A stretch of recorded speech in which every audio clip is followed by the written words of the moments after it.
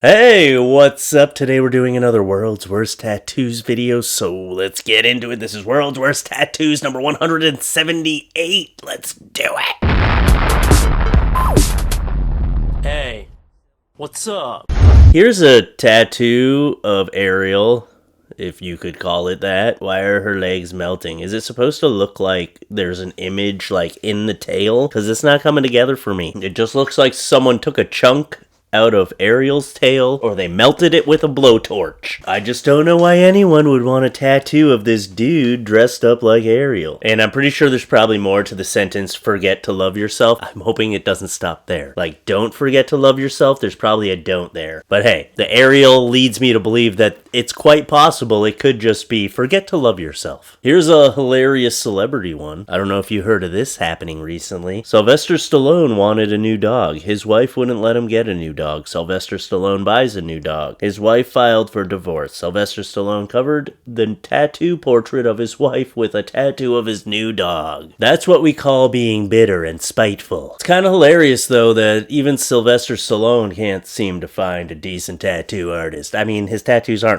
the worst I've ever seen, but for someone who has cash flow, come on now. Honestly, the first tattoo of the wife didn't look so bad. The cover-up of the dog, I don't know if it's just the reflection playing tricks on me, but it doesn't look good. It looks like the dog has 3 eyes. I really hope that your new dog is an amazing, well-behaved dog. If I left my wife for my dog Nova, I would have been killing myself over that, okay? Because she's not even there right now. I don't know why I'm pointing like that's a Nicolas Cage pillow, but if she was sitting right there, I'd be pointing to her, and Nova was a handful when she was a puppy. I hope he has the best behaved dog in the world, or else he's gonna hate that dog for ruining his relationship. Here's a confusing one. Lone Ranger, and there's like fire, and this is just a hot mess. This is all over the place. You got like a bat down here, some sort of eye symbol thing, and then the Lone Ranger, and then fire, and then someone compared it to this, and yeah, that's really the only reason I wanted to use this one, because yeah, you are basically a giant slush puppy dispenser. Cool. You're next. This one always gets me. People think you have enough knuckles to do you're next on your knuckles. You don't, okay? You gotta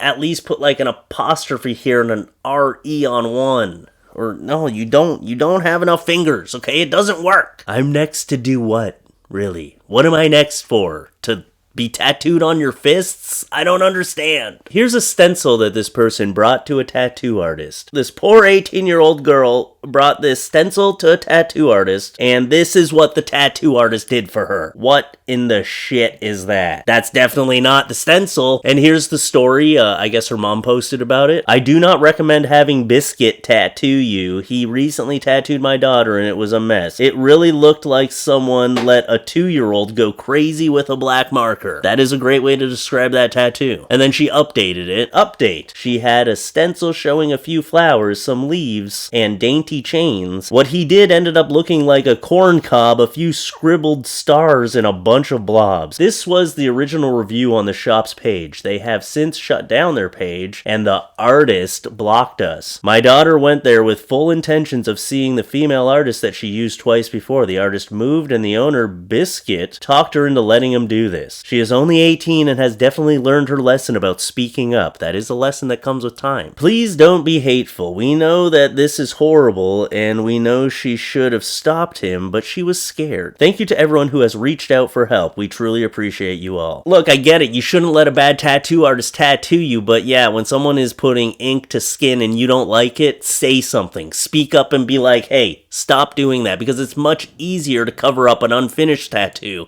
than it is to cover up a fully finished tattoo. If you could even call that a fully finished tattoo. He's probably like, oh no, I gotta add shading and color to it, don't worry. Now this is a very sad one. Just finished this tribute tattoo for a dad who lost his son.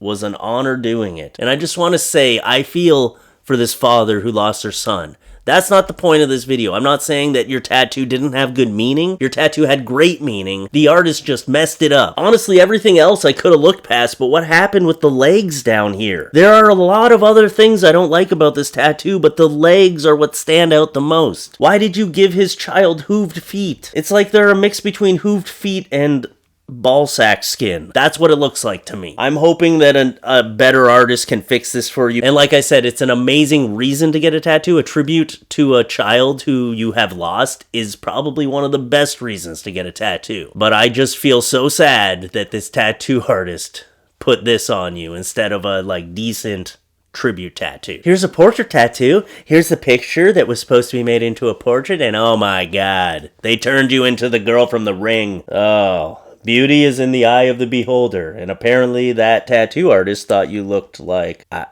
the girl from The Ring. You didn't nail it. I always say this, there are certain types of tattoo artists that can handle doing a portrait. Some of them can do great work on other things, and some of them specialize in portraits. If you're doing a portrait, find a tattoo artist that specializes in portraits. Although this person was probably like, oh yeah, I do portraits all the time. And we'll end with this. Probably the worst type of tattoo you can get is commemorating serial killers. I had to look up these first two because I didn't even know that my serial killer knowledge doesn't go that far. But yeah, they're pretty horrible people. The guy Fish killed and ate children, and Gene is basically just a horrible serial killer that inspired a bunch of movies, which blows my mind.